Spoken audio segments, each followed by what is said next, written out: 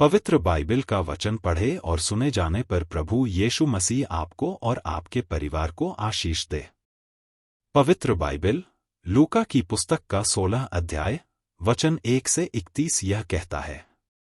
वचन 1 फिर उसने चेलों से भी कहा, किसी धनवान का एक भंडारी था और लोगों ने उसके सामने उस पर यह दोष लगाया कि यह तेरी सब संपत्ति उड़ाए देता है। वचन 2 सो उसने उसे बुलाकर कहा, यह क्या है जो मैं तेरे विषय में सुन रहा हूं?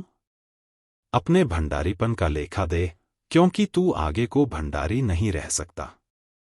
वचन 3 तब भंडारी सोचने लगा कि अब मैं क्या करूं, क्योंकि मेरा स्वामी अब भंडारी का काम मुझसे छीन ले रहा है।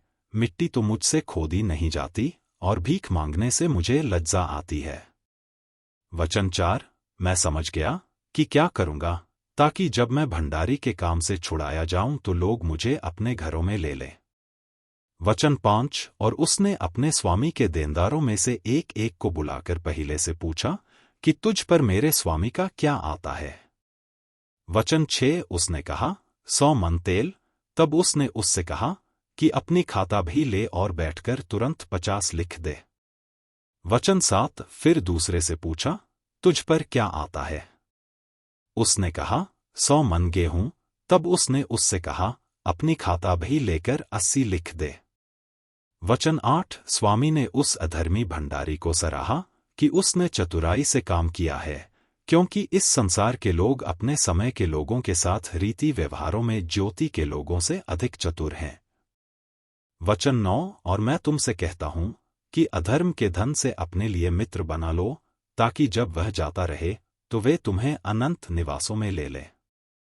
वचन 10 जो थोड़े से थोड़े में सच्चा है वह बहुत में भी सच्चा है, और जो थोड़े से थोड़े में अधर्मी है वह बहुत में भी अधर्मी है। वचन 11 इसलिए जब तुम अधर्म के धन में सच्चे न ठहरे तो सच्चा तुम्हें कौन सौंपेगा? वचन 12 और यदि तुम पराए धन में सच्चे न ठहरे तो जो तुम्हारा है उसे तुम्हें कौन देगा? वचन 13 कोई दास 2 स्वामियों की सेवा नहीं कर सकता, क्योंकि वह तो एक से बैर और दूसरे से प्रेम रखेगा, या एक से मिल रहेगा और दूसरे को तुच्छ जानेगा। तुम परमेश्वर और धन दोनों की सेवा नहीं कर सकते। वचन 14 फरीसी जो लोभी थे ये सब बातें सुनकर उसे ठट्ठों में उड़ाने लगे। वचन 15 उसने उनसे कहा, तुम तो मनुष्यों के सामने अपने आप को धर्मी ठहराते हो, परंतु परमेश्वर तुम्हारे मन को जानता है, क्योंकि जो वस्तु मनुष्यों की दृष्टि में महान है वह परमेश्वर के निकट घृणित है। वचन 16 व्यवस्था और भविष्यद्वक्ता यूहन्ना तक रहे, उस समय से परमेश्वर के राज्य का सुसमाचार सुनाया जा रहा है और हर कोई उसमें प्रबलता से प्रवेश करता है। वचन 17 आकाश और पृथ्वी का टल जाना व्यवस्था के एक बिंदु के मिट जाने से सहज है। वचन 18 जो कोई अपनी पत्नी को त्याग कर दूसरी से ब्याह करता है वह व्यभिचार करता है, और जो कोई ऐसी त्यागी हुई स्त्री से ब्याह करता है वह भी व्यभिचार करता है। वचन 19 एक धनवान मनुष्य था जो बैंजनी कपड़े और मलमल पहनता और प्रतिदिन सुखविलास और धूमधाम के साथ रहता था। वचन 20 और लाजर नाम का एक कंगाल घावों से भरा हुआ उसकी डेवढ़ी पर छोड़ दिया जाता था।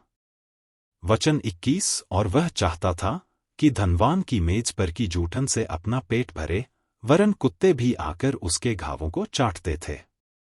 वचन 22 और ऐसा हुआ कि वह कंगाल मर गया और स्वर्गदूतों ने उसे लेकर इब्राहिम की गोद में पहुंचाया, और वह धनवान भी मरा और गाड़ा गया।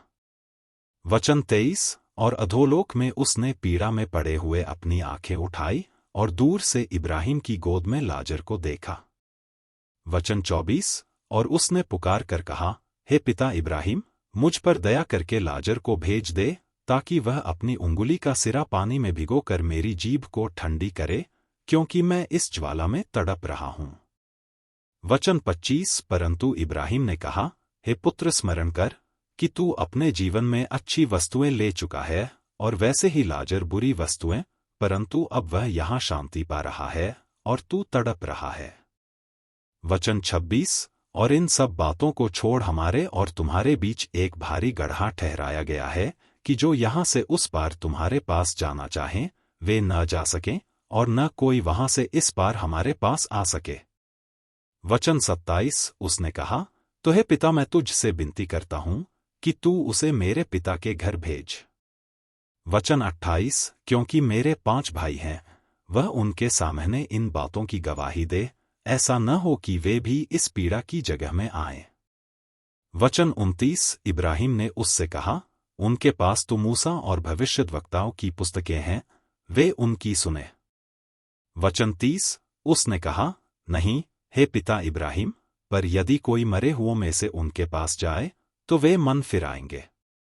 वचन 31 उसने उससे कहा कि जब वे मूसा और भविष्यद्वक्ताओं की नहीं सुनते, तो यदि मरे हुओं में से कोई भी जी उठे तो भी उसकी नहीं मानेंगे। यदि आप विश्वास करते हैं तो यह वचन सभी विश्वासियों को भेजें और इस चैनल को प्रभु यीशु मसीह के नाम से सब्सक्राइब करें और आशीष प्राप्त करें। धन्यवाद।